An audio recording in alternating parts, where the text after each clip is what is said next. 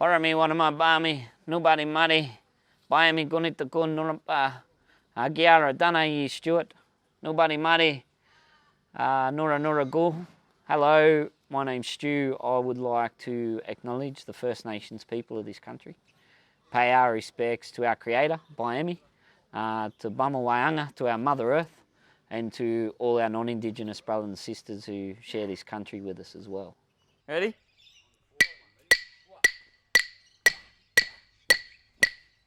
Here we go. At St Heliers, inmates will do 1 day a week either a didgeridoo program or a dancing and language program. The literature shows us that for Aboriginal men and women in custody, they will actually do a lot better in what we call criminogenic programs if they've started off with cultural programs. Culture helps people understand their obligations and their responsibilities.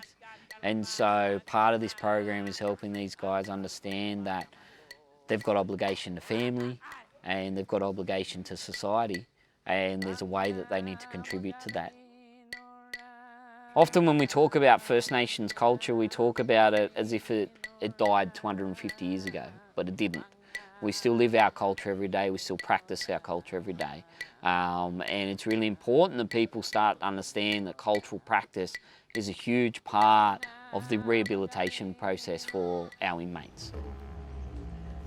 They haven't all been able to grow up in an Aboriginal community, to have elders around them to teach them identity, to teach them the cultural ways and the cultural practices that they're now starting to learn at this jail. And we know people who grow up with identity generally do better in life. So the fact that these guys are now connecting to their culture and their identity will hopefully assist them to move into a better future for themselves. Some of these inmates, it's the first time they've actually learnt how to play a didge, how to skin a didge, but they haven't done that in community. They've done that when they come into our department as an inmate. So I think that's something that looks very different, because for a lot of our inmates now, they're learning cultural programs, and in some cases for the first time when they come into custody. Yeah, we just got all the bark off it, sanded it, and just chiselled it out, smoothing it a bit and lacquered it, patched all the little holes in that up, and yeah, now it's good, plays well. You know, by making it yourself, it brings out a different self-esteem, and your confidence just grows because you can see a story there. And if you can share something and learn something each day, I think that's important in life too, you know. I was just looking at it last night and thought I've made this from nothing, you know, and it's mine and it's like a bit of part of me, yeah. They've built a lot of self-esteem, they've built a lot of resilience, and whilst most of that probably comes naturally to people on the outside or people that work in the jail, for Aboriginal offenders that's a big step in the right direction for them to start their rehabilitation process. Resilience is very big in them when they go back out into the community, to learn that when there is knocks, that it's not the end of the world. They can bounce back, they can get back on path, they don't need to turn to drugs or alcohol to solve their problems. That resilience allows them to get back on the right pathway and try again.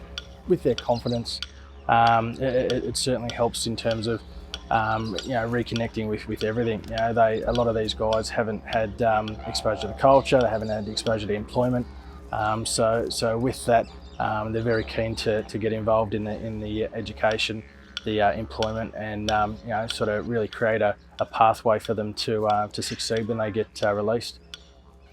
The Aboriginal side of my family is from my father. So these cultural programs are also good for myself too, because it gives me a little exposure to some parts of my culture that I haven't been exposed to before as well.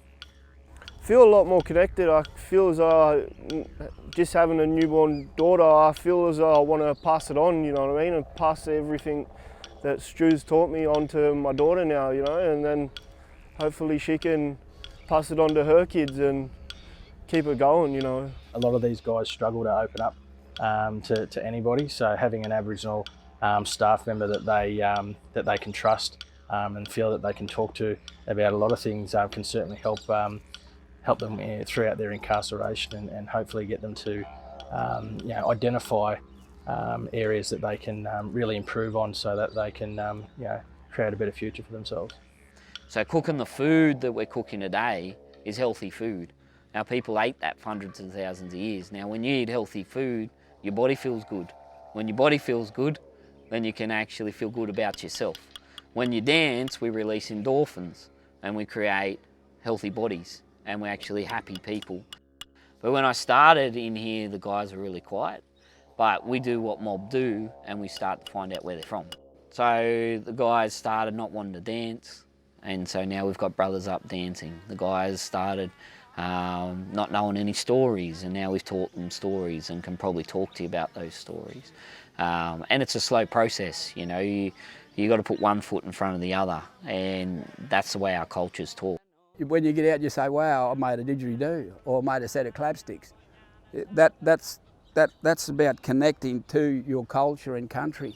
Having mentors, elders, and just knowledge holders coming in and connecting is such an important part. You see these fellas, if they're having a hard time and they're having a hard day, they've got someone here to open up to and have a yarn about it. Maybe we tell them a Nurumpa, a creation story that relates to the hard time that they're having, that they can take away and think about it. And it's in words and language that they understand. It's not from a culture that is foreign to them. Compared to what our mums and our dads went through back years ago, I think you can have a really, really different approach to life, because everybody makes a mistake, but never too late to fix your mistake or change. I feel like when I get out, I want to pursue my culture a lot more. You know what I mean? Like just knowing the stuff that Stu's taught us, and man, I want to go out on country and sit with some old elders around the campfire and learn the stuff that he's been taught. You know what I mean? Like it'd be so cool. Like, since we've started to do the Aboriginal cultural programs, they're now much more excited to be able to do other programs. They understand why they need to do these other programs, and they're a lot more motivated to stay focused during those programs. So culture sits at the centre, and then we tap into traineeships, employment, reinvestment back into community, and that's what's the difference about this program. This is the start of the men's journey, and through reintegration we hope that journey continues when they go back into community.